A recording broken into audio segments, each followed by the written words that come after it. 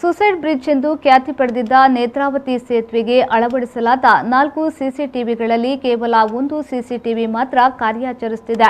ಇತರೆ 3 ಸಿಸಿಟಿವಿಯ ನಿರ್ವಹಣೆ ಅಸಾಧ್ಯವಾದ ಹಿನ್ನೆಲೆಯಲ್ಲಿ ಮೂಲೆಗೆ ಸೇರಿದೆ.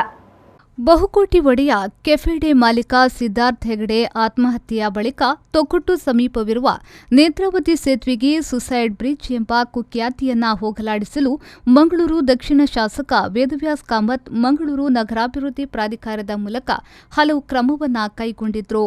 ಸೇತುವೆ ಸುಮಾರು 800 ಮೀಟರ್ ಉದ್ದವಿದ್ದು ಸೇತುವೆಯ 4 ಬದಿಯೂ ರಕ್ಷಣಾ ಬೇಲಿ ಅಳವಡಿಸುವ ಜೊತೆ 3 ಲಕ್ಷ ರೂಪಾಯಿ ವೆಚ್ಚದಲ್ಲಿ 4 ದಿಕ್ಕುಗಳಲ್ಲಿ 4 ಹೈಟೆಕ್ ಸಿಸಿ ಕ್ಯಾಮೆರಾವನ್ನ ಅಳವಡಿಸಿದ್ರು. ಸಿದ್ಧಾರ್ಥ ಹೆಗಡೆ ಆತ್ಮಹತ್ಯೆಯ ನಂತರ 20 ಜನ ಹಾರಿ ಆತ್ಮಹತ್ಯೆಗೆ ಪ್ರಯತ್ನ ಮಾಡಿದ್ದು 4ರನ್ನ ರಕ್ಷಿಸಲಾಗಿದ್ದು 16 ಜನ ಪ್ರಾಣ ಬಿಟ್ಟಿದ್ದಾರೆ. ಹೀಗಾಗಿ ಈ ಕ್ರಮವನ್ನ ಪರಿಣಾಮಕಾರಿಯಾಗಿ ಜಾರಿಗೊಳಿಸಲಾಗಿತ್ತು.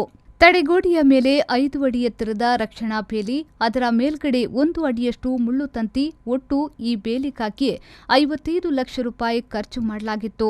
ಆನಂತರ ಅತ್ಯಾಧುನಿಕ ತಂತ್ರಜ್ಞಾನದ 3 ಲಕ್ಷ ರೂಪಾಯಿ ವೆಚ್ಚದ 4 ಸಿಸಿ ಕ್ಯಾಮೆರಾ ಅಳವಡಿಸಲಾಗಿತ್ತು.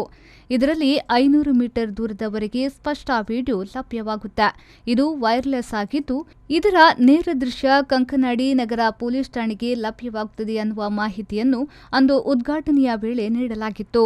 2021 ಮಾರ್ಚ್ 20ರಂದು ಸೇತುವೆಯ ತಡೆಬೇಲಿ ಹಾಗೂ ಸಿಸಿಟಿವಿಯ ಉದ್ಘಾಟನೆಯನ್ನ ಶಾಸಕ ವೇದವ್ಯಾಸ್ ಕಾಮತ್ ಅವರು ನೆರವೇರಿಸಿದ್ರು.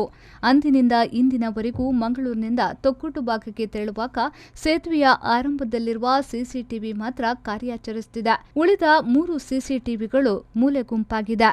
ಈ ಬಗ್ಗೆ ಸಂಬಂಧಪಟ್ಟ ಅಧಿಕಾರಿಗಳು ಎಚ್ಚೆತ್ತುಕೊಂಡು ಮೂಲೆಗುಂಪಾದ ಸಿಸಿಟಿವಿಯನ್ನ ಸರಿಪಡಿಸಿ ಅಳವಡಿಸಬೇಕೆಂದು ಸ್ಥಳೀಯರು ಒತ್ತಾಯಿಸಿದ್ದಾರೆ.